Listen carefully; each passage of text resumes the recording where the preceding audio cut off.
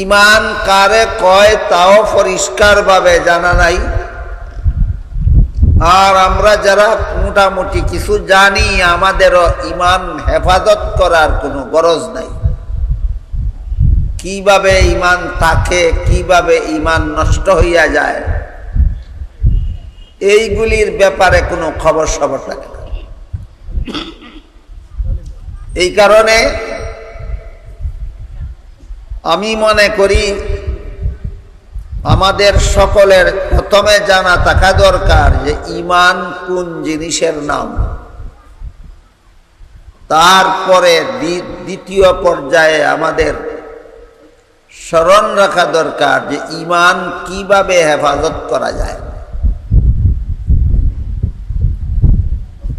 হঠাৎ করে আমার শরীরটা খুব খারাপ লাগতেছে, জানে একটা অশান্তি লাগতেছে, এই জন্য কথা কইতে খুব কষ্ট হইতেছে। আমার ইচ্ছা ছিল লম্বা কিছু কথা আপনাদেরকে শোনাইবার, কিন্তু আমার স্বাস্থ্যে মানাইতেছে না। এই কারণে খুব সংক্ষেপে বলতেছি। ইমান কাকে বলে এই প্রশ্নের খুব সংক্ষিপ্ত জবাব, এর চেয়ে সংক্ষিপ্ত কোনো জবাব নাই। সেটা হইল আল্লাহ তার কোরআনে যা কিছু বলেছেন সব সত্য এবং সঠিক কথা বলেছেন, এটা বিশ্বাস করার নাম ঈমান। আরো সোজা কথায় বললে আল্লাহর কোরআন বিশ্বাস করার নাম ঈমান। বলেন তো কি বিশ্বাস করার নাম? কোরআন বিশ্বাস করার নাম ঈমান। কোরআন তো আমরা সকলেই বিশ্বাস করি, কিন্তু আমরা যারা যারা মুসলমান হওয়ার দাবি করি কোরআন তো বিশ্বাস করি, কিন্তু কোরআন বিশ্বাসের এই বিশ্বাস আমাদের হেফাজতে আছে না নষ্ট হইয়া যাইতেছে, অনেকের এই খবর থাকে না। এইসব ব্যাপারে সর্বস্তরের মুসলমানের ঈমান ঠিক আছে না নষ্ট হইতেছে, নষ্ট হইলে কিভাবে ঠিক করা লাগবে, এই সমস্ত ব্যাপারে দায়িত্ব পালন করেন একমাত্র উলামায়ে কেরাম। আলেমগণের দায়িত্বই এটা, সর্বস্তরের মুমিন মুসলমানের ঈমান আমল হেফাজতের ব্যবস্থা করা।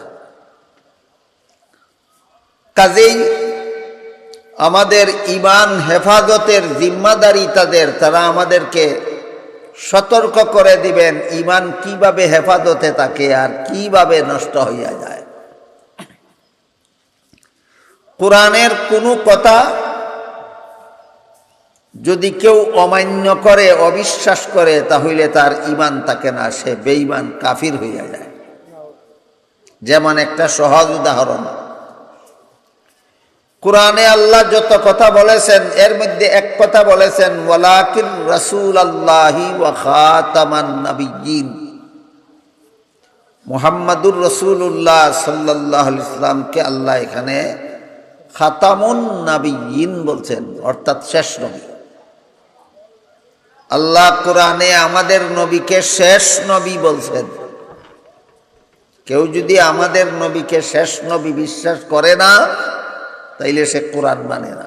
কোরআন না মানলে ঈমান থাকে না। এই কারণে কাদিয়ানীরা কাফের, এই কারণে কাদিয়ানীরা কাফের। কাদিয়ানীরা কোরআন মানে না, আমাদের নবীরে শেষ নবী মানে না। আমাদের নবীরে শেষ নবী না মানলে কোরআন মানা হয় না, আর কোরআন মানা না হইলে ঈমান থাকে না, কাফের হইয়া যায়।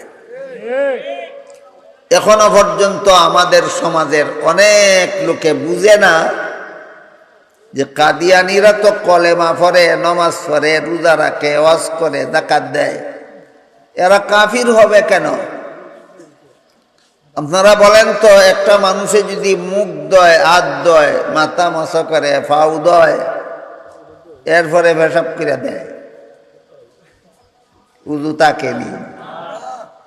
এবারে যেমন ভাবে মুখ ধুইলে, হাত ধুইলে, মাথা মশা করলে, ফাউ ধুইলেও পেশাব করে দিলে আর উযু থাকে না, ঠিক তেমনি ভাবে কাদিয়ানীরা কলেমা পড়লে, নামাজ পড়লে, উযু রোজা রাখলে, হজ করলে, যাকাত দিলে, মুহাম্মাদুর রাসূলুল্লাহরে শেষ নবী না মানলে ঈমান থাকে না।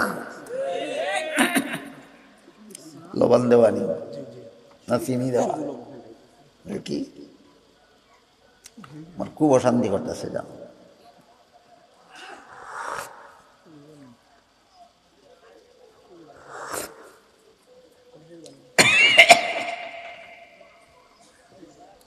কাজেই এই ব্যাপারেও আলেমগণের দায়িত্ব সর্বস্তরের মুসলমানদেরকে সতর্ক করা, আপনাদেরকে বুঝাইয়া দেওয়া আমাদের দায়িত্ব।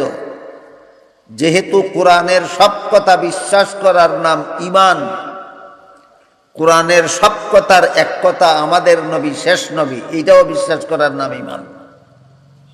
কেউ যদি আমাদের নবীকে শেষ নবী বিশ্বাস করে না, তাইলে কোরআনের উপর তার ঈমান থাকে না, সে মুমিন মুসলমান থাকে না, কাফের হইয়া যায়।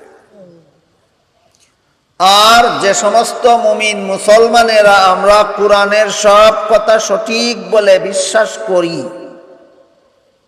আল্লাহ বিশ্বাস করি, রসুল বিশ্বাস করি, ফিরিস্তা বিশ্বাস করি, তকদির বিশ্বাস করি, নবী রসুল বিশ্বাস করি, পরকাল বিশ্বাস করি, আমরা যারা বিশ্বাস করি আমরাই আল্লাহর কাছে মুমিন মুসলমান হিসাবে গণ্য।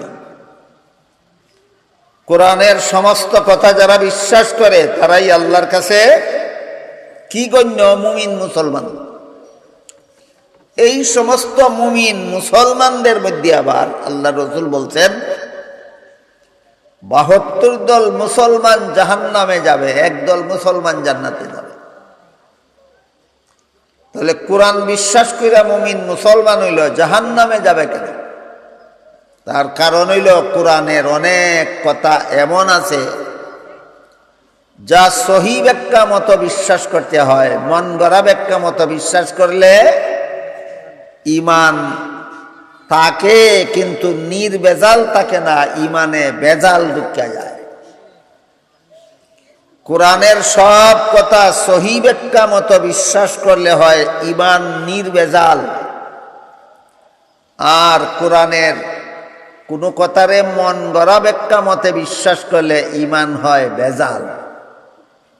এই বেজালের কারণে বেশিরভাগ ৭২ দল মুসলমানকে আল্লাহ রসুল জাহান্নামী বলছে। নির্বেজাল সহি ব্যাখ্যা মতো কোরআনের সব কথা বিশ্বাস করেনেওয়ালা একদল মানুষ মাত্র নির্বেজাল ঈমানের অধিকারী, এদেরকে আল্লাহর রাসূল জান্নাতি মুসলমান বলেছে। তাহলে এই সমস্ত সহি ব্যাখ্যা পাওয়া যায় কই?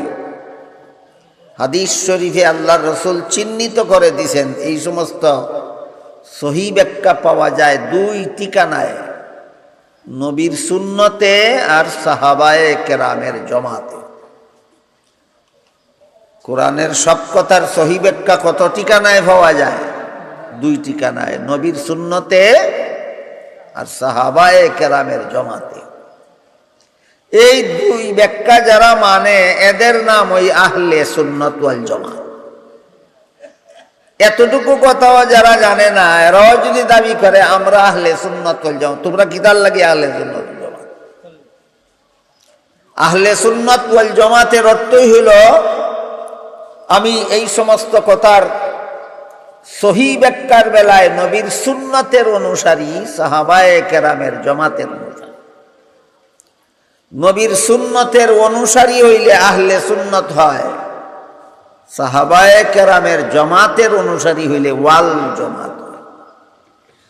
আমি আল্লাহ বিশ্বাস করব সুন্নতে রাসূল এবং জমাতে সাহাবার ব্যাখ্যা মতো।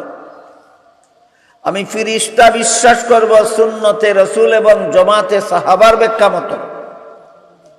আমি কোরআন বিশ্বাস করব সুন্নতে রাসূল এবং জমাতে সাহাবার ব্যাখ্যা মতো। আমি নবী রাসূল বিশ্বাস করব সুন্নতে রাসূল এবং জমাতে সাহাবার ব্যাখ্যা মতো। আমি তকদির বিশ্বাস করব সুন্নতে রাসূল এবং জমাতে সাহাবার ব্যাখ্যা মতো। আমি আখিরাত বিশ্বাস করব সুন্নতে রাসূল এবং জমাতে সাহাবার ব্যাখ্যা মতো। এই জন্য আমি আহলে সুন্নাত ওয়াল জামাত। এক কথায় কোরআনের সব কথা সঠিক বলে বিশ্বাস করলে মুসলমান হওয়া যায়, আর সুন্নতে রাসূল এবং জমাতে সাহাবার ব্যাখ্যায় বিশ্বাস করলে আহলে সুন্নত ওয়াল জমাত হওয়া যায়। এই কথাগুলি আপনাদেরকে জানাইয়া দেওয়া, বুঝাইয়া দেওয়া, ইমান চিনাইয়া দেওয়া, ইমান হেফাজতের ব্যবস্থা জানাইয়া দেওয়া উলামায়ে কেরামের দায়িত্ব। উলামায়ে কেরাম মাদ্রাসায় তৈরি হয়। এই সমাজে যে কিছু মাদ্রাসা আছে এর কারণে আলেম তৈরি হয়, আর আলেম তৈরি হয় বলে আপনাদের ইমান হেফাজতে থাকে। এই সমাজে যদি মাদ্রাসা থাকে না, আলেম তৈরি হবে না, একজন মুসলমানের ইমান হেফাজতে থাকবে না। কিভাবে মুসলমান বেঈমান হয়ে যাবে নিজেই টের পাবে না। আমার কথা বুঝে থাকলে বলেন, আপনাদের ইমান হেফাজতের জন্যই মাদ্রাসা টিকে থাকা দরকার। আল্লাহ আপনারারে আমরারে এই সমস্ত মাদ্রাসার উসিলায় নিজেরার ইমান হেফাজত করে রাখার তৌফিক দান করুন। সবাই বলুন আমিন। সুবহান রাব্বিকা রাব্বিল ইজ্জাতি আম্মা ইয়াসিফুন ওয়া সালামুন আলাল